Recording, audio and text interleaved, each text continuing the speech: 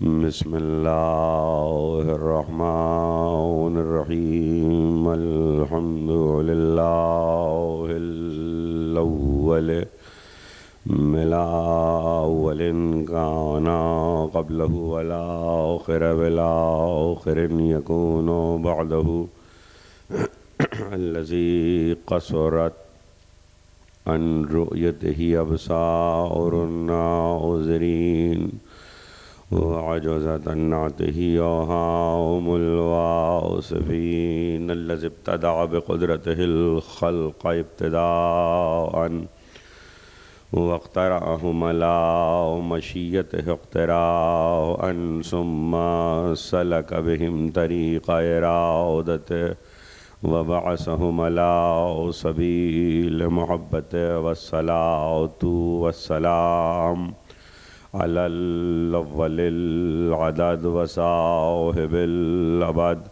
أسرته خير الأسر وإترته خير الإتر وشجرته خير الشجر نبتت في حرم بسقت في كرم سيدنا ومولانا بالقاسم محمد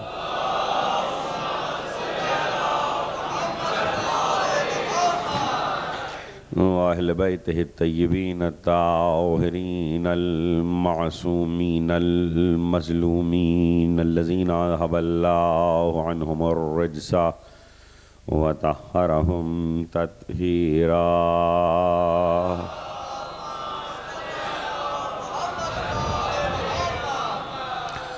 لا سيما على الحق الجديد وطلعة الرشيد وغرة الحميد بقية الله في الأرض وحجة الله على الخلق شريك القرآن صاحب العصر والزمان نجل الله تعالى صلوات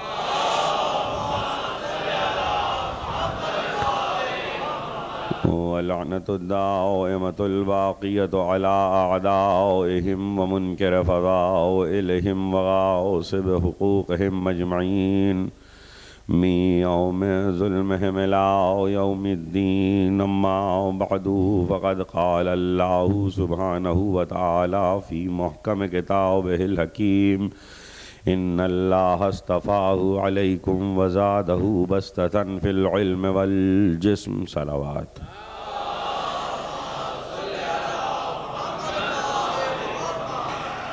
ایک مرتبہ سب مل کے بلند آواز سے صلوات پڑھیں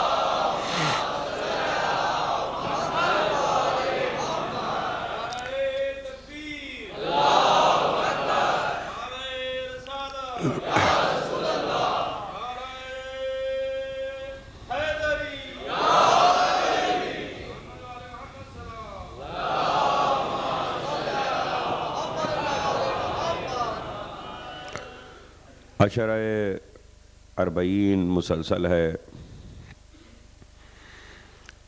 گفتگو سوانح حیات حضرت ابی الفضل العباس علیہ السلام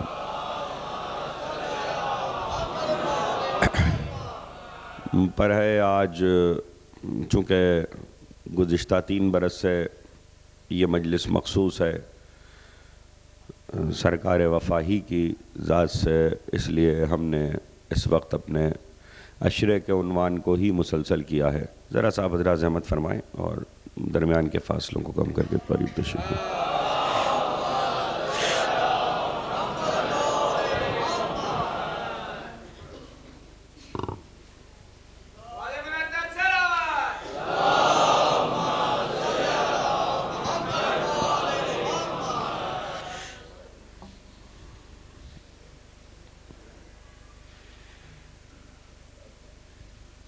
صلوات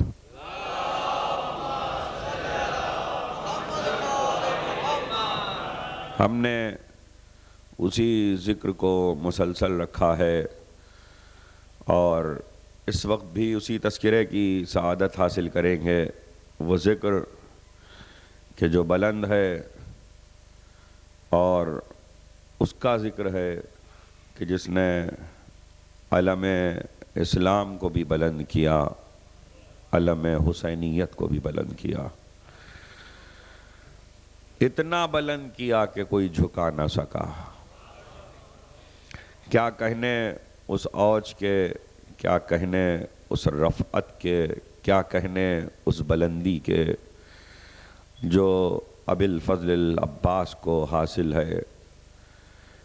کسی نے یہ مقام، یہ مرتبہ نہیں پایا کہ روایتوں میں یہ جملے ملتے ہیں کہ جب میدان حشر میں عباس کی سواری آئے گی تو انبیاء رشک کریں گے کہ یہ کون ہے کہ جس نے ہم سے فزوں تر مرتبہ پایا۔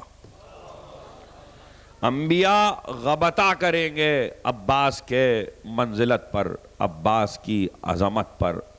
یہ عظمت، یہ منزلت اشہد لک بالتسلیم والتصدیق والوفاء والنصیحہ لخلف النبی صلی اللہ علیہ وآلہ المرسل، یہ میں گواہی دیتا ہوں کہ وفا آپ کے لیے ہے، وہ وفا جو آپ نے حسین کے لیے انجام دی۔ عام طور پر لوگ وفا سے عباس کو وفادار سمجھتے ہیں، عباس وفادار نہیں ہے۔ عباس کے لیے اگر کسی نے یہ سمجھا کہ عباس کو وفادار کہا جائے تو یہ عباس کے اسٹیٹس میں کمی ہے۔ جو لوگ معنی وفا کو نہیں جانتے وہ عباس کو وفادار کہتے ہیں۔ عباس کا وفا سے ربط کیا ہے پہلے اس کو تو جانیں، عباس کا وفا سے تعلق کیا ہے پہلے اس کو تو سمجھیں۔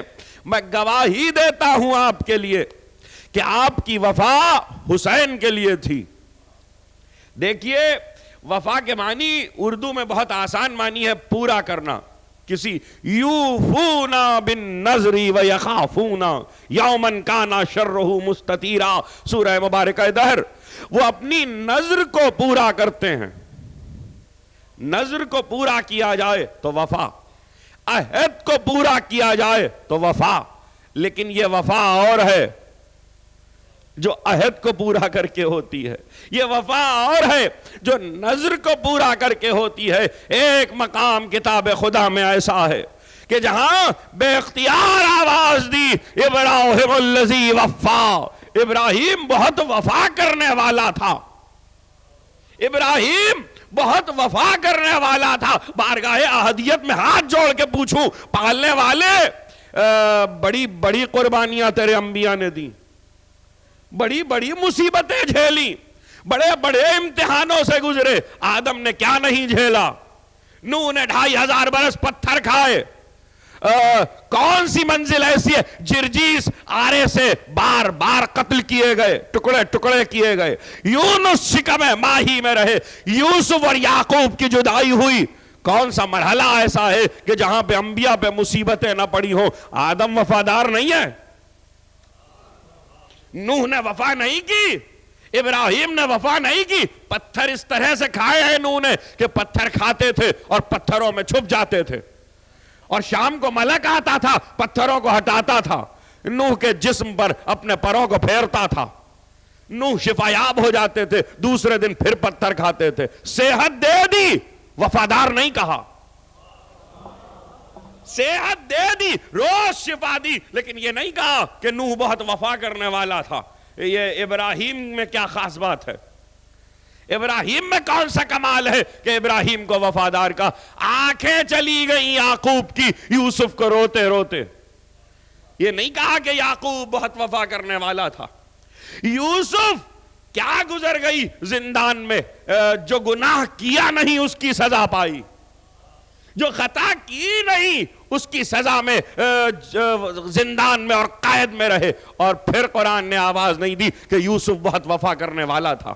یوسف نے بہت وفا کی نہیں، ابراہیم الذی وفا، ابراہیم نے وفا کا حق ادا کر دیا، ابراہیم نے وفا کا حق ادا کر دیا۔ ارے عیسیٰ سولی پہ چڑھ گئے، آج بائبل سے داستان اٹھا کر لوگوں نے ڈاکومنٹری بنا لی تو دیکھ دیکھ کے لوگ رو رہے ہیں۔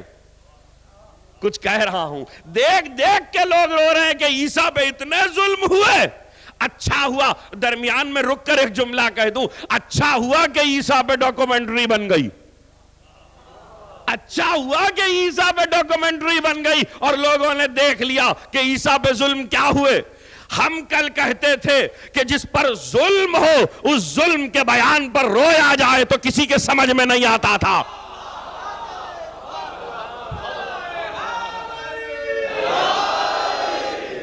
آج عیسیٰ کی حیات کی ڈاکومنٹری دیکھ کے رونے لگے۔ ہم حسین کا ذکر مجلس میں کرتے تھے تو رونا سمجھ میں نہ آیا۔ اچھا ہوا کہ تم نے دکھایا۔ ارے موسیٰ پہ کیا گزر گئی، وہ سولی پہ پکار رہا تھا عیسیٰ کہ ایلی ایلی لما شبختینی، مگر نہیں کہا کہ عیسیٰ بہت وفا کرنے والا تھا۔ موسیٰ پہ کیا گزر گئی، عالم ہجرت میں رہے، کہاں کہاں نہ گئے، وطن سے دور ہوئے، کیا کیا نہ جھیلا، مگر ایسے میں قرآن نے نہیں پکارا کہ وفا کرنے والا تھا۔ ایک ابراہیم نے وفا کا حق ادا کر دیا۔ اے پالنے والے تیرے خلیل نے کیا کیا کہ وفا کا حق ادا کر دیا۔ دو مقام ہے مقام تفسیر پر، اور میرے سننے والے اسے محفوظ کریں کہ وہ دو مقام کیا ہیں کہ جس کی وجہ سے ابراہیم کو یہ کہا گیا کہ وفا کا حق ادا کر دیا ابراہیم نے۔ ایک مقام یہ ہے کہ جس وقت آگ میں پھینکے جا رہے ہیں، توجہ، آگ میں پھینکے جا رہے ہیں اور منجنیق سے چل چکے ہیں، راستے میں ہیں، ملائکہ میں کوہرام ہے، پالنے والے تیرا خلیل، اور اطمینان مشیت کا یہ عالم ہے کہ اچھا تو کیا،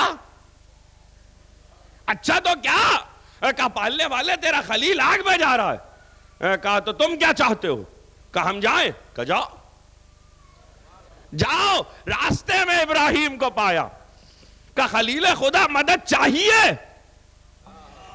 مدد چاہیے، توجہ، یہ روز آتا ہے، یہ وہی لے کر آتا ہے، غیر نہیں ہے، نمائندہ الہی ہے، پہچانا ہوا ہے، پہچانا ہوا، سید الملائکہ ہے، امین وہی ہے، روز رابطہ اسی کے ذریعے ہوتا ہے، مگر اب تو منزل خلت ہے نا۔ دیکھیے نبوت کے درمیان میں فرشتہ آ سکتا ہے، خلت کے بیچ میں نہیں آ سکتا، کچھ کہہ رہا ہوں۔ نبوت کی منزل پر ملک خدا اور بندے کے درمیان آ سکتا ہے، خلت میں نہیں آ سکتا، اس لیے کہ نبوت دوستی نہیں ہے، خلت دوستی ہے۔ ایک مرتبہ کہا ابراہیم خلیل خدا مدد چاہیے، کا چاہیے تو ہے، تم سے نہیں چاہیے، چاہیے تو ہے، تم سے نہیں، تو یہ کیوں نہیں کہتے اللہ کے خلیل کہ جاؤ اللہ سے کہہ دو کہ اس سے چاہیے ہے، جاؤ اللہ سے کہہ دو، نہیں تم سے نہیں چاہیے مگر تمہارے ذریعے کہلواؤں گا بھی نہیں، خدا کے لیے تمہارے ذریعے کہلواؤں گا بھی نہیں، اس لیے کہ جو میرا خلیل ہے وہ خلیل کہاں جو میرے دل سے واقف نہ ہو، وہ خلیل کہاں جو میری کیفیت سے واقف نہ ہو۔ تو اب بات سمجھ میں آئی، جہاں محبت انتہا کو پہنچے وہاں کہنے کی ضرورت نہیں ہے، سمجھا جاتا ہے، وہاں زبان سے کہنے کی ضرورت نہیں ہے، اور پھر کوئی مقام نہیں ملتا روایتوں میں کہ جبریل کو واپس لوٹانے کے بعد ابراہیم نے دستے دعا بلند کیے ہوں، پالنے والے تیرے ملک کو لوٹا دیا، اب تو ہی میری مدد کر۔ نہیں، یقین خلت یہ ہے کہ مقام امداد پر آواز نہیں دی، یہ انتہاء محبت ہے۔ جب خلیل کی محبت ایسی ہے تو پھر حبیب کی محبت کیسی ہوگی؟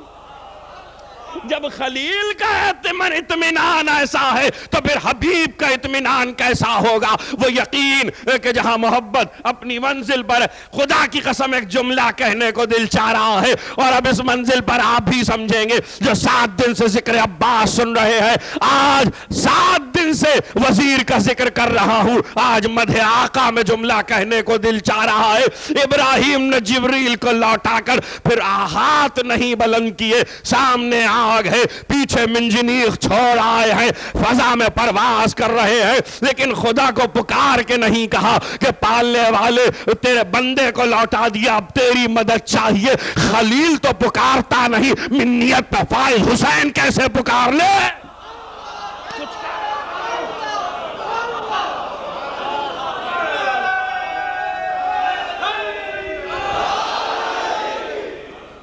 خلیل تو پکارتا نہیں، منیت پہ فائز حسین کیسے پکارے؟ کوئی مقام نہیں ملتا۔ رات کو مناجات کی ہے، دعائیں کی ہیں، ایک دعا ایسی دکھا دو۔ صبح بدر جو دعا رسول نے کی تھی وہ حسین نے کی، اپنے لیے نہیں، بقائے اسلام کے لیے۔ ایک دعا ایسی دکھا دو کہ مشیت سے پالنے والے کی بارگاہ میں حسین نے دست دعا بلند کیے اور کہا پروردگار میں مقام قربانی پر آ گیا، میری مدد کر۔ بھائی خلیل نے نہیں پکارا مگر حسین آگے بڑھ گئے، حسین آگے بڑھ گئے۔ آگے اس لیے بڑھے کہ ادھر خلیل نے نہیں پکارا مگر جب خدا نے مدد کی تو خلیل نے قبول کر لی۔ حسین خلیل سے آگے بڑھ گئے، خدا نے کہا نصرت کرو کہ نہیں؟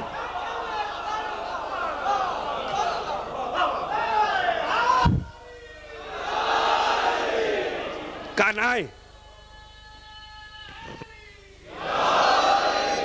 شاید اس منزل پہ کسی کے ذہن میں یہ آئے کہ یہ کوئی خطابت کا فکر کا گوشہ تھا، خدا کی قسم نہیں۔ روایتوں کے فقرے یہ ہیں، جب ملائکہ کو حسین نے لوٹا دیا، دیکھیں موضوع بدل جائے گا، جب بہت تیزی سے گزر جاؤں، جب فرشتوں کو حسین نے لوٹا دیا، اجنہ کو حسین نے لوٹا دیا، انبیاء کو حسین نے لوٹا دیا، ارواح کو حسین نے لوٹا دیا، سکان سماوات کو حسین نے لوٹا دیا، تو اب کوئی نہیں تھا۔ ہر ایک کی نصرت سے حسین نے انکار کیا۔ مجھے نہیں چاہیے کسی کی نصرت، مجھے نہیں چاہیے کسی کی نصرت۔ تو اب روایت کے جملے یہ ہیں کہ اب درمیان میں کوئی نہیں تھا، آواز قدرت آئی، اے فاطمہ کے بیٹے تم چاہو تو میں تمہاری مدد کروں۔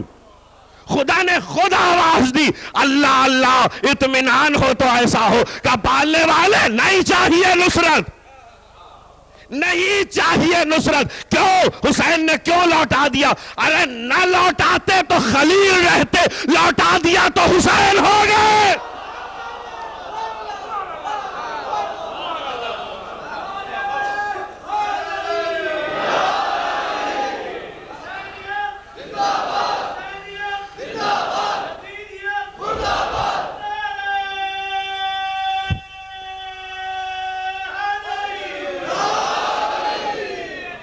لوٹا دیا تو حسین ہو گئے۔ کہا کہ جاؤ جبریل، تم سے نہیں، چاہیے تو ہے مگر تم سے نہیں۔ وہ گیا، مشیت نے آپ مدد کی، قرآن نے آواز دی ابراہیم الذی وفا۔ گفتگو تو اسی منزل پر تھی، ابراہیم الذی وفا۔ مقام محفوظ کیا آپ نے، شرح بعد میں کروں گا۔ اب دوسرا موقع کہ جہاں ابراہیم مقام تفسیر پر ابراہیم کے لیے یہ اعلان کیا گیا، کہا کہ آیت ایک مقام پر ہے، وہ کون سے دو موقع ہیں جس کی وجہ سے یہ اعلان ہوا؟ دوسرا موقع، یا بنیا انی ارا فی المنام، آئے بیٹے میں نے خواب دیکھا ہے، میں نے فنظر ماذا ترا، تو بتا کہ تیری کیا رائے ہے، بتا کہ تیری کیا رائے ہے۔ اچھا عجیب بات ہے کہ خواب دیکھا ہے ابراہیم نے، تو قربان کر رہے ہیں بیٹے کو، تو خواب تو ابراہیم نے دیکھا ہے نا۔ آج کا باپ اگر ایسا خواب کسی بیٹے کو سنائے تو بیٹا کہے کہ ابا آپ نے دیکھا ہے، آپ ہی عمل کیجئے، مجھ سے کیا تعلق۔ وہاں باپ کا یہ عالم ہے کہ خواب سنا رہا ہے، یہاں بیٹے کا یہ عالم ہے کہ کہہ رہا ہے یا بطفل ما تومر، اے بابا جو آپ کو حکم ملا ہے وہ کر دکھائیے۔ باپ نے خواب دیکھا، بیٹے نے حکم سمجھا۔ باپ نے خواب دیکھا، بیٹے نے حکم سمجھا۔ باپ اور بیٹا قربان گاہ پر آئے، دیکھا تھا خواب، پورا کر دیا نا، انی اذبحو کا، میں تجھے ذبح کر رہا ہوں، چھری پھیر دی، بس چھری پھیرنے ہی تک کا تو کام تھا۔ ابراہیم نے اس بات کو پورا کیا۔ آواز آئی ابراہیم الذی وفا۔ ابراہیم بہت وفا کرنے والا ہے، بہت وفا کرنے والا ہے۔ یعنی ہم نے ایک عہد ابراہیم سے لیا، عہد نہیں تھا، خواب تھا، اس نے عہد سمجھا۔ وہ خواب تھا، اس نے امر سمجھا، اس نے اس کو پورا کیا. تو اب دو مقام ہوئے. خدا کی موجودگی میں غیر کی امداد قبول نہیں کی. وہ غیر بھی اسی کا ملک تھا. لیکن اب جملہ بہت کام کا ہے، کہیں شیعوں کے سننے والوں کے عقیدوں میں کہیں کوئی دراڑ نہ آ جائے، اس لیے جملہ کہہ دوں، جبریل تھا، ید اللہ تھوڑی تھا. جبریل تھا، ید اللہ تھوڑی تھا، اسی لیے غیر اللہ کہہ رہا ہوں. دیکھیے اب میں علم کلام کی بحث میں نہیں جاؤں گا، موقع نہیں ہے. لوگ نہیں سمجھے کہ عین اللہ کیا ہے اور غیر اللہ کیا ہے. یہ کسی کی بھی امداد ہو وہ غیر اللہ ہے. جبریل کو لوٹا دیا جاؤ، نہیں چاہیے. تو اب کیوں؟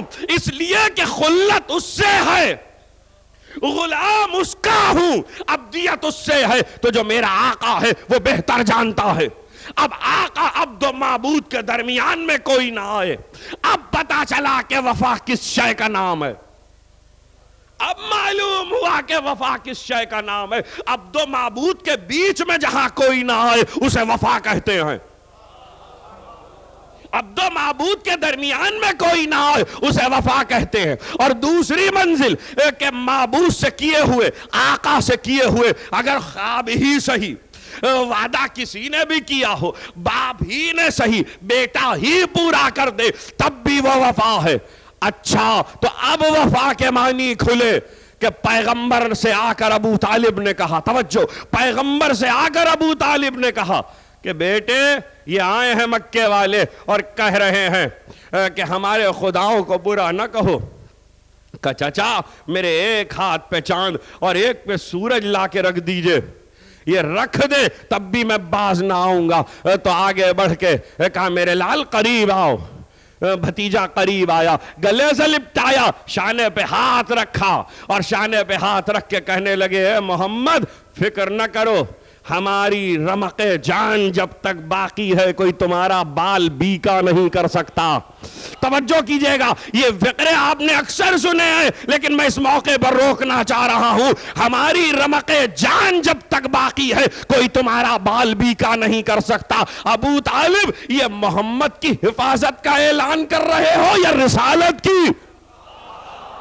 کچھ کہہ رہا ہوں، یہ بھتیجے کی حفاظت کا اعلان ہے یا رسالت کی؟ تو پلٹ کر ابو طالب کہیں گے نہیں، محمد سے جھگڑا نہیں ہے، رسالت سے جھگڑا ہے. جس سے جھگڑا ہے امت کا اس کی حفاظت کا اعلان کر رہا ہوں. تو امامت رسالت ہی کا تو تسلسل ہے نا. تو اعلان حفاظت کس نے کیا؟ ابو طالب نے. جب تک رمق جان باقی ہے تو تاریخ نے لکھا ابو طالب کی زندگی میں رسول پر آنچ نہیں آئی.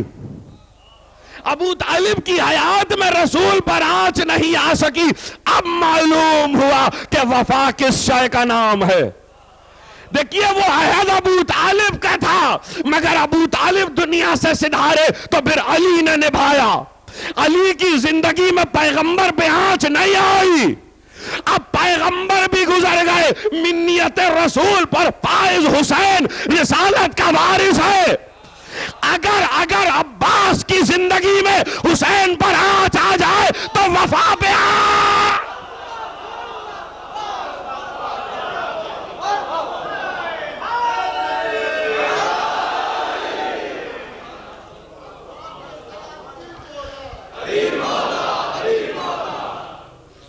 اگر عباس کی حیات میں حسین پر آنچ آ جائے. مقام مصائب سے ایک جملہ اٹھا رہا ہوں، مقام فضائل میں کہہ رہا ہوں. مصائب میں اکثر سنتے ہیں لیکن یہ وفا کی منزل ہے. لکھا یہ مورخین میں کہ جب تک عباس سلامت رہے ایک خراش بھی حسین کے جسم پر نہیں آئی. ایک خراش بھی عباس کی حیات میں. یہ وفا ہے نہیں. عجیب روایت ہے، اور روایت کس سے؟ خود ثانیہ زہرا حضرت زینب کبریٰ سلام اللہ علیہا.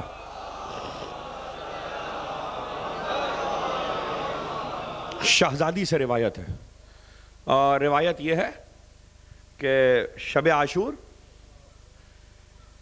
فضائل کی یہ وہ منزل ہے کہ جس کی روایت کرنے والی خود بی بی ہے. کاش شب عاشور مجھے اپنے بھائی سے کچھ گفتگو کرنا تھی. تو میں اپنے خیمے سے نکلی. اچھا یہ میں عرض کر دوں کہ کبھی میں نے یہ بتایا تھا کہ خیمہ گاہ کے بارے میں لوگ پریشان ہو جاتے ہیں کہ بیویاں خیمے سے باہر نکلتی تھیں. انصار کے بھی خیمے تھے. خیمے لگائے اس طرح سے گئے تھے کہ بنی ہاشم کے درمیان میں حسین کا اور زینب کا خیمہ تھا, اس کے گرد بنی ہاشم کے خیمے تھے, بیچ میں خیموں کے درمیان جگہ کھلا راستہ تھا اور صحن تھا, اس کے بعد پھر کھلا راستہ تھا اور صحن تھا, اور پھر انصار کے خیمے تھے. تو بیویاں یہ بنی ہاشم کے خیمے ہیں کہ جہاں بیوی کا باہر آنا روایتوں میں دکھایا گیا ہے. ایک مرتبہ کہتی ہیں کہ میں اپنے خیمے سے نکلی اور حسین ابن علی کے بھائی کے خیمے کی طرف چلی کہ بھائی سے کچھ باتیں کرنا ہے. بھائی کے خیمے کے دروازے پہ پہنچی تو اندر سے تلاوت قرآن کی آواز آ رہی تھی. حسین قرآن کی تلاوت کر رہے تھے اور قرآن کی تلاوت کرتے جاتے تھے اور خدا سے باتیں کرتے جاتے تھے. لیکن میں نے عجیب بات دیکھی کہ حسین خیمے میں اکیلے ہیں. جناب زینب کہتی ہیں کہ بھائی کو اکیلا پا کر میں نے یہ سوچا کہ اس جیسی رات میں بھی بنی ہاشم کے جوانوں نے میرے بھائی کو اکیلا چھوڑ دیا. بھئی توجہ کیجئے گا, بنی ہاشم کے جوانوں نے میرے بھائی کو اکیلا چھوڑ دیا. تو برہم ہو گیا مزاج زینب اور برہم ہو کر چلی بنی ہاشم کے خیموں کی طرف. تو ایک ایک خیمے کو دیکھنا شروع کیا تو دیکھا کہ ہر خیمے میں خواتین تو ہیں, بنی ہاشم کے جوان کسی خیمے میں نہیں ہے, یہاں تک کہ عباس کے خیمے میں آئیں. تو عباس کے خیمے میں آتے ہی دیکھا کہ سارے بنی ہاشم کے عجیب جملہ جناب زینب نے کہا. خدا کی قسم یہ جملہ زینب کا مدح عباس میں ہے. مدح عباس, میں مدح عباس کروں تو کیا ہے, زینب مدح عباس کریں تو کیا ہے. ایک مرتبہ زینب نے کہا کہ میں نے دیکھا کہ سارے بنی ہاشم عباس کے خیمے میں عباس کے گرد جمع ہیں, سارے جوان, اور ان سارے جوانوں کے بیچ میں تلوار کو تولے ہوئے میرا بھائی ایسے بیٹھا ہے جیسے شیر کچھار میں بیٹھا ہو, جیسے شیر کچھار میں بیٹھا ہو. یہ زینب کہہ رہی ہیں. کہا کہ میں نے ایک مرتبہ دیکھا, اور اب جو دوسرا فقرہ کہا ہے خدا کی قسم کوئی نہیں کہہ سکتا. کہا کہ میرا بھائی عباس بنی ہاشم سے خطاب کر رہا تھا, اور روایت کے فقرے یہ ہیں کہ بی بی نے کہا کہ میں نے ایسا کلام, ایسا خطبہ سوا اپنے بھائی حسین کے کسی اور سے نہیں سنا. یہ فصاحت عباس پہ مدح زینب ہے, یہ بلاغت عباس پہ مدح زینب ہے. میں نے ایسا خطبہ سوا اپنے بھائی کے اور کسی سے نہیں سنا. ان لفظوں میں عباس کلام کر رہے تھے, اور بنی ہاشم کا ایک ایک جوان خاموشی کے ساتھ عباس کی گفتگو سن رہا تھا. میں خیمے کے دروازے پہ ٹھہر گئی اور پردے کو ہلکا سا جنبش دے کر میں نے یہ منظر دیکھا, اور پھر میں نے سنا کہ عباس کیا کہہ رہے ہیں. عباس بنی ہاشم کے جوانوں سے کہہ رہے تھے کہ دیکھو ہم اور تم رسول کے گھرانے والے ہیں. بھئی اب ان فقروں کو آپ ہی سمجھیں گے.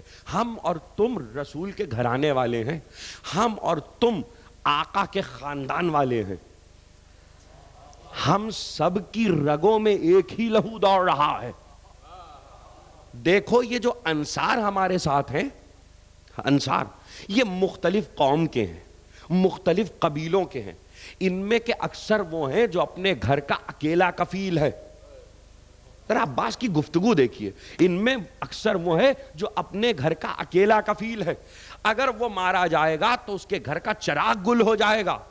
دیکھو یہ امت کی لڑائی ہم اہل بیت کے خاندان سے ہے. ان انصار بیچاروں کا کیا قصور ہے کہ ان کی جان پر بنائے. تو میں یہ چاہتا ہوں کہ کل انصار پر آنچ نہ آئے. خدا کی قسم جناب زینب کا یہ کہنا کہ میں نے ایسا خطبہ سوا اپنے بھائی کے کسی اور سے نہیں سنا, کہ میں یہ چاہتا ہوں کہ کل انصار کی جان پر کوئی مصیبت نہ آئے, کوئی آنچ نہ آئے, بلکہ وہ محفوظ رہیں.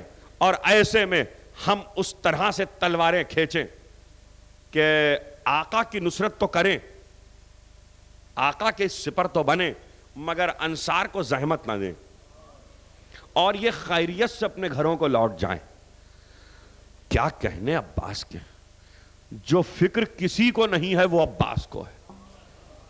دیکھیے اگر شرح آپ کی آنکھوں میں آنسو آ گئے, اگر شرح کروں تو پھر میں اس منزل تک جاؤں گا کہ یہی شب تو ہے, ابھی مقام فضائل پر ہوں. یہی شب تو ہے کہ جب حسین ابن علی نے چراغ گل کیا ہے, اور چراغ گل کر کے حسین نے کہا دیکھو چلے جاؤ, اور اس لیے چلے جاؤ کہ ان کو میرا سر چاہیے.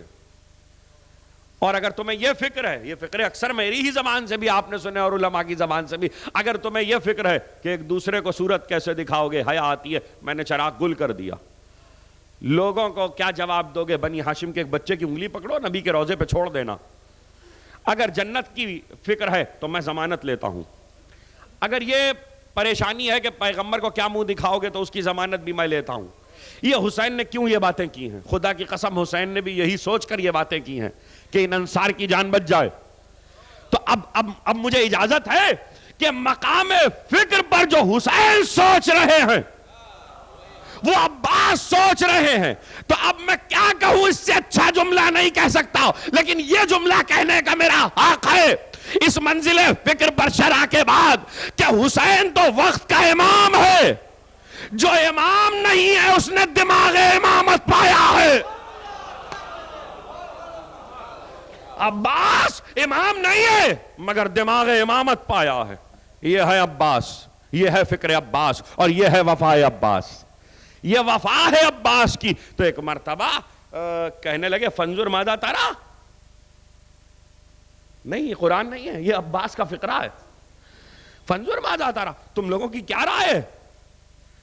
تو تمام بنی ہاشم کے جوانوں نے کہا آپ کے اشارے کے تابع ہیں, ہم آپ کے اشارے کے تابع ہیں, ہم آپ کے حکم کے تحت ہیں, جو آپ کہیں گے وہ ہم کریں گے, ہماری اپنی کوئی رائے نہیں ہے. بنی ہاشم کو حسین کے تابع ہونا چاہیے؟ نہیں, عباس کے تابع ہے کہ ہم آپ کے تابع ہیں. معلوم یہ ہوا کہ اطاعت گزر کر آ رہی ہے, حسین کی اطاعت عباس سے ہوتی ہوئی آئے.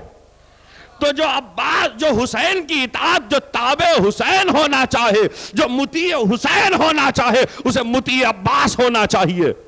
پہلے عباس کا مطیع ہو تو وہ حسین کا مطیع ہے. ایک مرتبہ کہا ہم آپ کے تابع ہیں. عباس نے کہا خدا تمہیں جزائے خیر دے, خدا تمہیں اجر دے.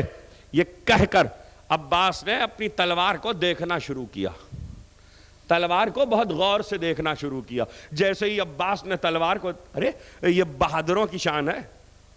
اور اب شب کی مجلسوں میں عرض کروں گا, آؤں گا تلوار تک جب تک گفتگو ہوگی, یہ بہادروں کی شان ہے. تلوار کو دیکھنا شروع کیا تو جناب زینب کہتی ہیں بنی ہاشم کے جوان کھڑے ہو گئے, کھڑے ہوئے اور نیام سے تلواریں نکالی, ان کو بلند کیا, چوما. ہر جوان نے اپنی تلوار کو چوما اور چوم کے بلند کیا, اور پھر تکبیر بلند کی, اور اس کے بعد کہا کہ اے ابوالفضل آپ کی رائے ہماری رائے, آپ کی فکر ہماری فکر, آپ کا حکم ہماری اطاعت. جناب زینب کہتی ہیں میں یہ سوچ کر آئی تھی کہ حسین کو اکیلا چھوڑ دیا ہے, لیکن جب میں نے عباس کے خیمے میں یہ منظر دیکھا تو میں بڑے اطمینان سے اپنے خیمے میں واپس آ گئی کہ حسین اکیلے نہیں ہیں, بنی ہاشم کے جوان حسین کی طرف سے فکر مند ہیں. اور یہ ثنا جناب زینب نے کی, یہ ہے وفا عباس. تو امام کا یہ کہنا کہ اشہد لک بالتسلیم والتصدیق والوفا, نہیں میں ابھی 2-4 مرحلے عرض کروں. یہاں اہل لکھنؤ تشریف فرما ہے, آصف الدولہ بہت مشہور بادشاہ گزرے ہیں اودھ کے, ان کے والدہ بہو بیگم نے وفا عباس کیا ہے, بہو بیگم نے منت مانی کہ میرا یہ کام ہو جائے گا تو میں عباس کے روضوں کے میناروں پہ سونا چڑھاؤں گی. منت مانی, منت پوری ہوئی. ہندوستان سے لکھنؤ سے چلی کاریگروں کو لے کر اور لاؤ لشکر کو لے کر عراق پہنچی. وہاں خدام سے اور حرم کے منتظمین سے بات کی. انہوں نے کہا کہ ٹھیک ہے آپ اپنی منت کو پورا کریں. کاریگر بلائے گئے, میناروں پر سونے کا کام شروع ہوا. جس دن کام شروع ہوا اس دن خدام کے سردار کے خواب میں ابوالفضل آ گئے.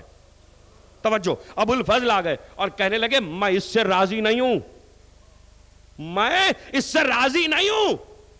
تو خادم نے ہاتھ جوڑ لیے, کہا سرکار کیوں راضی نہیں ہے؟ کہ میں اس لیے راضی نہیں ہوں کہ میرے آقا کے روضے کے میناروں پر سونے کا کام ہے، اور میں یہ پسند نہیں کرتا کہ وہ بھی سنہری ہو یہ بھی سنہری ہو، میں اپنے آقا کی برابری پسند نہیں کرتا۔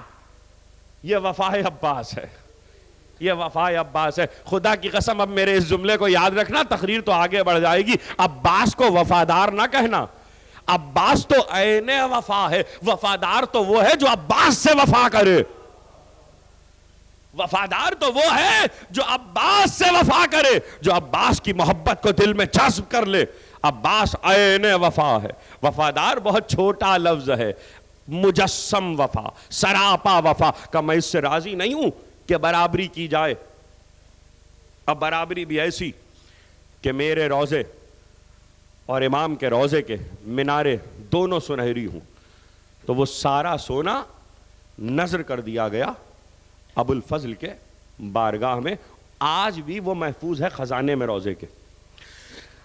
مرجع کبیر آیت اللہ ہے، محسن الحکیم کا زمانہ ہے، اور ان لوگوں میں سے وہ قوم کہ جو 6 ائمہ کو مانتی ہے اور ہمارے بعد کے اماموں میں خاص طور پر امام زمانہ کو تسلیم نہیں کرتے، عجل اللہ تعالی فرجہ شریف۔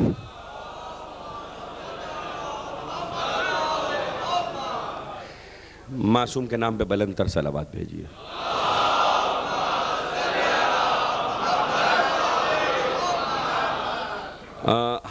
ہمارے امام کو نہیں مانتے اور تسلیم نہیں کرتے، انہوں نے ابو الفضل کی زریح تیار کی، زریح تیار ہو کر کربلا معلیٰ میں آئی، اور زریح کے نصب کرنے کا وقت آیا تو ان کے روحانی پیشوا کربلا پہنچے اور اس نے زریح کو نصب کیا۔ مرقد حضرت ابو الفضل پر زریح لائی گئی۔ جس وقت زریح کو لا کر رکھا گیا تو زریح چھوٹی ہو گئی، تنگ ہو گئی، مرقد پہ پوری نہیں آئی۔ انہوں نے زریح کو واپس باہر لائے، کاریگروں کو بلوایا، زریح کو بڑا کیا، زریح کو پھر واپس لے کر گئے۔ اب جو لا کے مقرر کیا تو زریح مقررہ مقدار سے بڑی ہو گئی خود بخود، یعنی کاریگر جس مقدار پہ بناتے ہیں یا اس سے تنگ ہو جاتی ہے یا کشادہ ہو جاتی ہے، اور وہاں پر نصب نہیں ہو پاتی۔ خدام نے آیت اللہ محسن الحکیم کو اطلاع دی، نجف میں اس وقت تھے آغا نے کہا کہ ان سے کہو زریح کو واپس لے جائیں، عباس نے ان کے تحفے کو قبول نہیں کیا۔ یہ وفائے عباس ہے، یہ وفائے عباس ہے۔ عباس نے ان کے تحفے کو قبول نہیں کیا۔ وجہ کیا تھی؟ وجہ ایک ہی ہے۔ آقا سے پوچھا گیا وجہ کیا ہے کہ عباس اس نظر کو قبول نہیں کرتے؟ کہ وجہ یہ ہے کہ یہ زمانے کے امام کو نہیں مانتے۔ آپ نے غور کیا؟ جو امامت کو نہ مانے، عباس اسے قبول نہیں کرتے، عباس اس کا ہدیہ قبول نہیں کرتے۔ معلوم یہ ہوا کہ وفائے عباس حسین پر رک نہیں گئی، مہدی تک آئی ہے، مہدی تک آئی ہے۔ اور چونکہ وفا پہ گفتگو ہے اس لیے شرح کر رہا ہوں، مہدی تک آئی ہے۔ خدا کی قسم یہ حقیقت ہے، اور یہ راز اس وقت کھلا، ابھی 8 ربیع الاول آئے گی تو آپ سنیں گے، یہ راز اس وقت کھلا کہ جب آپ کے 11ویں امام کو زہر دیا جا چکا تھا، 1 ربیع الاول کو زہر دیا گیا ہے، اور 8 دن آپ کا 11واں امام زہر کے عالم میں رہا ہے۔ جب 8 ربیع الاول کی شب آئی تو چونکہ گھر گھیرا جا چکا تھا تو آپ کے 11ویں امام نے بلایا، طلب کیا۔ 11ویں امام نے جناب نرجس خاتون کو، جناب حکیمہ خاتون کو اور اپنے غلام کو طلب کیا، اور اس کے بعد کہا، ظاہر ہے کہ زمانے کا امام 5 برس کی عمر کا ہے، امام حسن عسکری نے کہا کہ دیکھو یہ جو گھر کا پچھلا دروازہ ہے یہ دجلہ میں کھلتا ہے، دجلہ میں، اور جب میری شہادت ہو جائے تو اس دروازے کو کھول کے دجلہ کی سیڑھیوں میں اترنا، وہ سیڑھیاں جو دجلہ میں اترتی ہیں، وہاں پر ایک کشتی ہوگی، اس کشتی میں حمزہ نام کے ایک بزرگ ہوں گے، اس کشتی میں جا کے بیٹھ جانا، وہ خیریت سے تمہیں منزل تک پہنچا دیں گے۔ چونکہ گھر گھیرا جا چکا تھا اور صرف یہی ایک راستہ تھا، حمزہ نامی ان بزرگ کے ذمہ حفاظت تھی۔ جناب نرجس خاتون نے پوچھ لیا کہ میرے والی یہ حمزہ ہیں کون؟ وفائے عباس سنیے کیا ہے، میرے والی یہ حمزہ ہیں کون؟ تو امام حسن عسکری نے کہا کہ اے نرجس، میرے چچا عباس نے میرے دادا حسین سے یہ وعدہ کیا تھا کہ ان کی نسل حسین کی نسل کی تا قیامت حفاظت کرے گی. ان کی نسل حسین کی نسل کی تا قیامت حفاظت کرے گی. یہ جو حمزہ ہیں یہ عباس کے پروتے ہیں، یہ نسل عباس میں ہے. اور ہر عہد میں ہر امام کے ناصروں میں عباس کا ایک بیٹا رہا ہے جو نسل عباس میں حفاظت کرنے والا ہے. اب تقریر تو آگے بڑھ جائے گی. خدا کی قسم زیارت عباس میں جا کے دیکھنا کہ جس میں رجت عباس کا ذکر ہے کہ جیسے امام کو رجت ہے ویسے ہی عباس کو بھی رجت ہے. لیکن یہاں پر جملہ کہنے کو دل چاہ رہا ہے کہ غیبت میں صرف زمانے کا امام نہیں ہے، عباس کا ایک بیٹا بھی غیبت میں آئے جو میرے زمانے کے امام کا محافظ ہے. یہ وفائے عباس ہے جو غیبت سے آ کے ملحق ہو گئی. اللہ اللہ آیت اللہ علی ربانی خلخالی کی ابھی ایک کتاب آئی جس کا ذکر شام کی مجلسوں میں کر رہا تھا، چہرہ درخشان قمر بنی ہاشم. تقریر ختم ہونے جا رہی ہے، اس میں انہوں نے ایک واقعہ لکھا ہے اور عجیب واقعہ ہے کہ ایک مرتبہ ایک صاحب کربلا معلیٰ پہنچے ہیں اور ان کو یہ خیال ہوا کہ وہ روز صبح فجر کی اذان کہیں. تو فجر کی اذان انہوں نے ایک دن حرم ابو الفضل کے مینارے سے اور ایک دن حرم سید الشہداء کے مینارے سے کہنا شروع کی. دوسرے ہی دن خواب میں ابو الفضل آ گئے اور کہنے لگے یہ کیا تم کر رہے ہو؟ کہا کہ آقا کیا مجھ سے کوئی غلطی ہوئی، کوئی کوتاہی ہو گئی؟ کہا تم ایک دن میرے مینارے سے اذان کہتے ہو، ایک دن آقا کے مینارے سے. کہا کہ ہاں. کہا میں اس پر راضی نہیں ہوں. کہا آقا میری کوتاہی، میری تقصیر. کہا 2 دن میرے آقا کے مینارے سے کہو تو ایک دن میرے مینارے سے اذان کہو. 2 دن میرے آقا کے مینارے سے اذان کہو تو ایک دن میرے مینارے سے. یعنی مجھ کو برابر نہ کرو میرے آقا کے. کیا کہنے ابو الفضل کی وفا کے. اللہ اللہ. اسی لیے تو جب صلہ پایا تو یوں پایا کہ بعد کربلا مادر ام البنین، مادر عباس جناب ام البنین ایک مرتبہ بقی میں آ جاتی اور کہتی کہ دیکھو اب مجھے بیٹوں کی ماں نہ کہو، اب مجھے بیٹوں کی ماں نہ کہو. عزیزو روز شہادت ہے اور 8ویں امام کا شہادت کا روز ہے، مگر تمہارے ہر امام کو ذکر عباس بہت پسند ہے. زمانے کے امام کو راضی کرنا چاہو تو ذکر عباس کرو، ذکر عباس کرو. خدا تمہاری آوازوں پہ رحمت نازل کرے، خدا تمہاری آنکھوں پہ رحمت نازل کرے. دوستو، نوجوانوں، کہتے ہیں کہ جناب ام البنین جنت البقیع میں آئیں، نشان بنانے شروع کیے قبروں کے. یہ میرے جعفر کی قبر، یہ میرے عبداللہ کی قبر، یہ میرے عمران کی قبر، یہ میرے عباس کی قبر. اور اس کے بعد ان نشانوں کو مٹا دیا اور کہنے لگی میرے بچوں تم پر رونے والی ماں زندہ تو ہے؟ میرے بچوں تم پر رونے والی ماں زندہ ہے؟ ارے میں حسین کا ماتم کروں گی. مظلوم پر رونے والی. ایسے میں ایک مرتبہ آواز آتی ام البنین، ام البنین تم میرے لال کا ماتم کر رہی ہو؟ میں تمہارے لال کا ماتم کر رہی ہوں.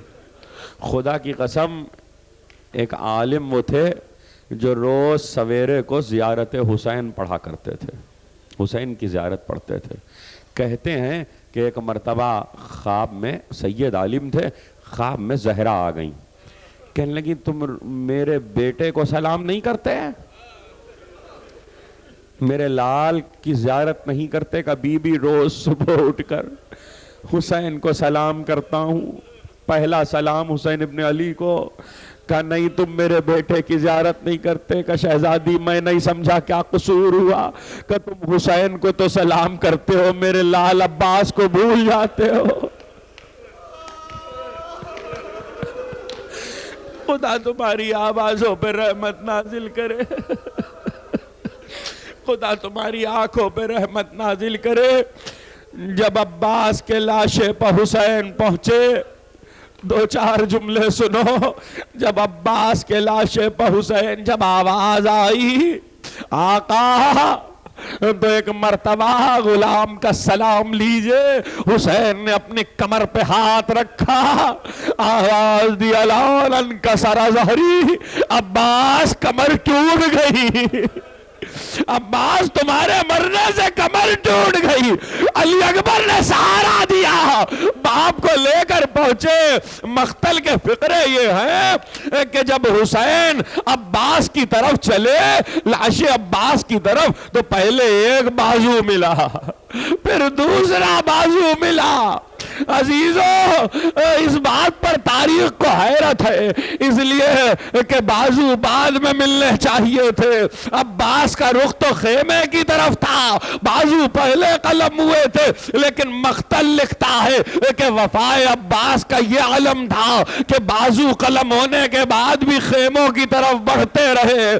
مگر جب تیر نے مشک سکینہ کو چھیدا تو عباس نے رہوار کو واپس پھیرا. اب خیمے میں جا کے کیا کروں گا, اب خیمے میں جا کے کیا کروں گا. ایک مرتبہ سر پہ گرز لگا, عباس کے بازو حسین نے پہلے پائے, آگے بڑھے, عباس کے لاشے تک پہنچے, ایک بار خاک پہ بیٹھ گئے.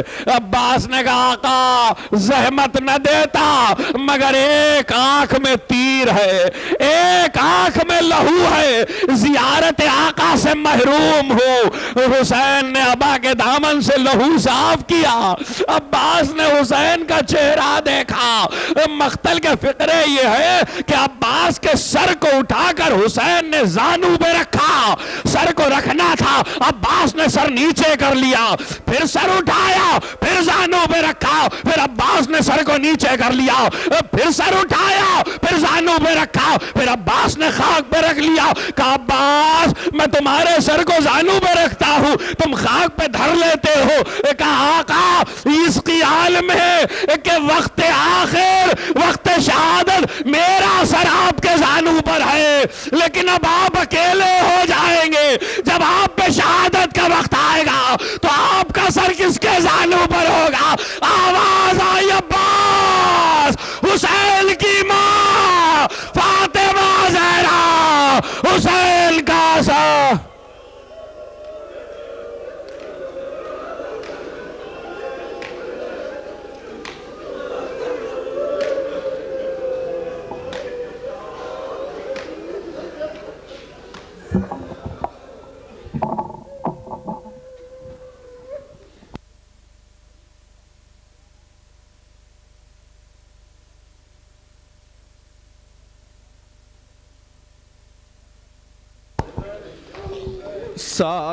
سادات کربلا